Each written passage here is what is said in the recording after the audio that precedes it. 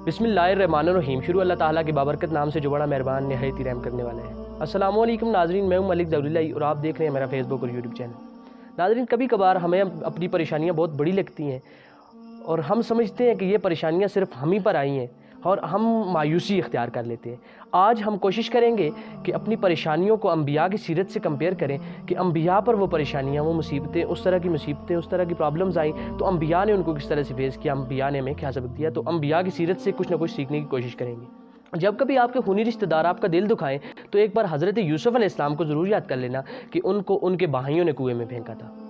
जब कभी आपके वालिदैन आपका साथ न दे रहे हो तो एक बार हज़रत इब्राहीम खलीलुल्लाह को ज़रूर याद करना कि उनके बाबा ने उनका साथ नहीं दिया था, बल्कि उनके बाबा ने उनका साथ दिया जिन्होंने उन्हें आग में फेंका था। जब कभी आपका जिस्म किसी बीमारी की वजह से दर्द में मुब्तला हो तो हाय करने से पहले एक बार हज़रत अय्यूब अलैहिस्सलाम की बीमारी को ज़रूर याद करना कि उनकी बीमारी तुम्हारी बीमारियों से बहुत ज़्यादा बड़ी थी। जब कभी आप पर कोई परेशानी या मुसीबत आ जाए तो एक बार हज़रत यूनुस अलैहिस्सलाम को ज़रूर याद कर लेना कि वो मछली के पेट में रहे थे और ये परेशानी तुम्हारी परेशानियों से कई गुना बड़ी है। जब कभी आप दुनिया में तन्हा या अकेले रह जाएं तो एक बार अपने बाबा हज़रत आदम अलैहिस्सलाम को ज़रूर याद कर लेना कि वो दुनिया में तन्हा और अकेले आए थे और फिर अल्लाह ने उन्हें साथी दिया।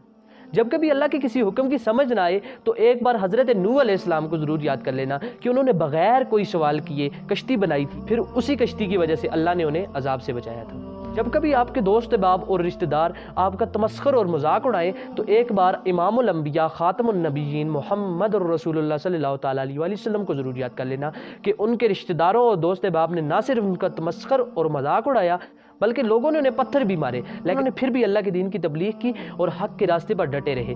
इसलिए अंबिया की सीरत पर चलें और अल्लाह की रहमत से कभी मायूस ना हो। परेशानियाँ दो तरह के लोगों पर आती हैं, एक वो लोग जिनसे अल्लाह नाराज़ होते हैं और दूसरे वो लोग जो अल्लाह को अच्छे लगते हैं, अल्लाह जिनसे प्यार करता है। जिनसे अल्लाह नाराज़ होता है अल्लाह का अजाब, अल्लाह अपने अजाब से भी बचाए। अल्लाह का अजाब भी बहुत सख्त है लेकिन अल्लाह की आजमाइश उससे भी ज़्यादा सख्त है।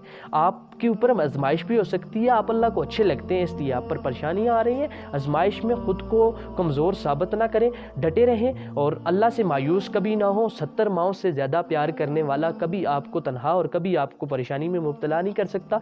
अगर वीडियो अच्छी लगी है तो लाइक करें, शेयर करें और मेरे चैनल को सब्सक्राइब करें ताकि ऐसी मज़ीद वीडियोज़ आप तक पहुँचती रहें। शुक्रिया।